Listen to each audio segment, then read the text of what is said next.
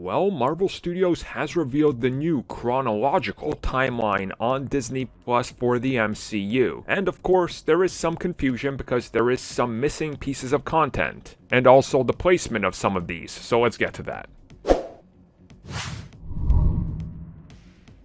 So let's get the basics out of the way. The reason that the Incredible Hulk and the Spider-Man films are not part of the timeline and the continuity and watching order on Disney Plus is because, surprise, Universal has the streaming rights to the Incredible Hulk. That's wherever they shipped it, and this decision was made years ago, and Spider-Man is also caught up in these same contracts. It's still part of the entire continuity and timeline, it just cannot be provided and put up somewhere where they literally don't have the legal means to do it. Now next up, let's talk about the weirdness, as some people are putting it, and that's the placement of LOKI.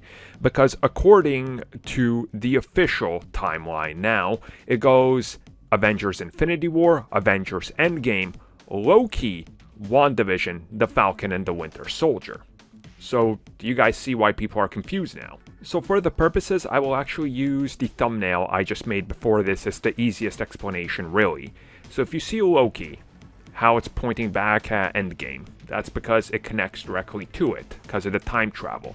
But also, it goes all the way back to the original Avengers film, but let's just stick with this timeline right here for simplicity's sake. After LOKI, everything goes in this order that you're seeing. So WandaVision is after LOKI. Okay, that definitely makes sense. That's how they placed it. That's how it goes. WandaVision leads into Spider-Man Far From Home, because that is the furthest in the timeline. That means that the Falcon and the Winter Soldier is again before Spider-Man Far From Home and No Way Home. And LOKI I placed at the end with the Kang poster because that's simple. At the end of time is where the last episode takes place. So if you look at it, LOKI takes place in multiple locations.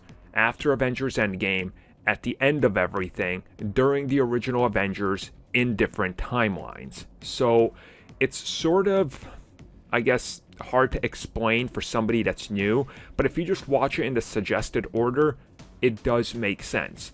Which also brings up an interesting point that people have had. WandaVision.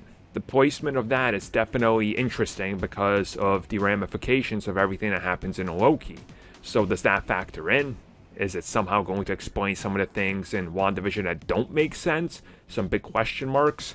Some quick and silver question marks? Maybe they will, maybe they won't. I guess only time will tell, but I don't think it's that confusing in all honesty. I can see how people might try to overthink it, but just watch LOKI anytime after Endgame, and you're pretty good. You're pretty good on continuity's sake. And just remember, everything at the end happens at the end of everything. So, the last episode is at the end of the entire MCU timeline.